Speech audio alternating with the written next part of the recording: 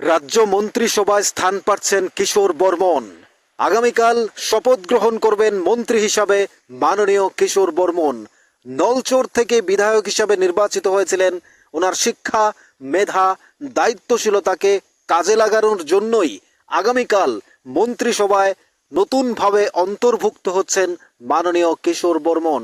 রাজভবনেই শপথ গ্রহণ করবেন আগামীকাল দুপুর 1:30 মাননীয় মুখ্যমন্ত্রী প্রফেসর ডক্টর মানিক সাহা, অন্যান্য ক্যাবিনেট মন্ত্রী এবং রাজ্যপালের উপস্থিতিতেই রাজভবনে শপথ গ্রহণ করতে যাচ্ছেন মাননীয় কিশোর বর্মন, যিনি নলচর থেকে বিধায়ক হিসাবে নির্বাচিত হয়েছেন।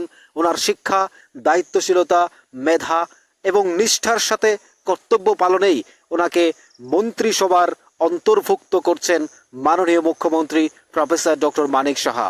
ওনার ক্যাবিনেট নামটি যুক্ত করেছে এবং মাননীয় কিশোর বর্মন আগামীকালেই শপথ গ্রহণ করতে যাচ্ছেন এবং রাজ্যের প্রতিটি মানুষের জন্য কিশোর বর্মনের শিক্ষা, দায়িত্বশীলতা, মেধা এবং সর্বোপরি নিষ্ঠা যথেষ্ট গুরুত্বপূর্ণ। তাই এই গুণী মানুষটিকে মন্ত্রিসভায় স্থান দেওয়ার পর নলচরবাসী এই খবর পেয়ে আনন্দের জোয়ারে ভাসছে, কারণ তাদের আশা ছিল, প্রত্যাশা ছিল কিশোর বর্মন একদিন না একদিন তিনি মন্ত্রিসভায় স্থান পাবেন। আর আজ এই খবর শোনার পর নলচরবাসী আনন্দের জোয়ারে ভাসছে। ত্রিপুরাবাসী খুশি, কারণ প্রতিটা মানুষ চায় এই শিক্ষিত, দায়িত্বশীল কিশোর বর্মনকে মন্ত্রিসভায় স্থান দেওয়া হোক।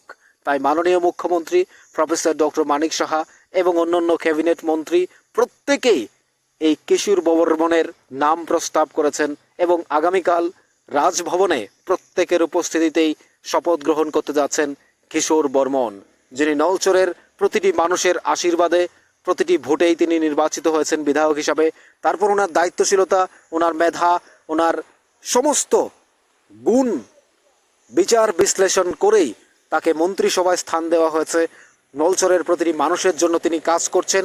এবার মন্ত্রিসভায় স্থান পাওয়ার পর হতে পারে ওনার হাতে যেতে পারে শিক্ষা দপ্তর কিংবা পিডাব্লিউডি অথবা স্বাস্থ্য, যে কোনো একটি গুরুত্বপূর্ণ দপ্তর ওনার কাছে যেতে পারেন, কারণ মাননীয় মুখ্যমন্ত্রী অত্যন্ত ব্যস্ততার মধ্যে রয়েছেন।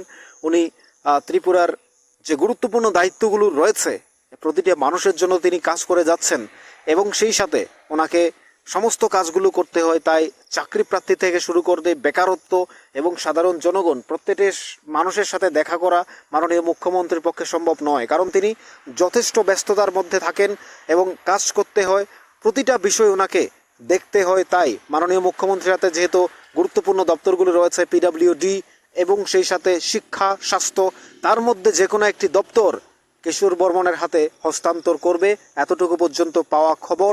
তো কিশোর বর্মন মন্ত্রিসভায় স্থান পাওয়ার পর রাজ্যের মানুষ যেভাবে উল্লসিত, খুশি, নলচরবাসীও আনন্দিত।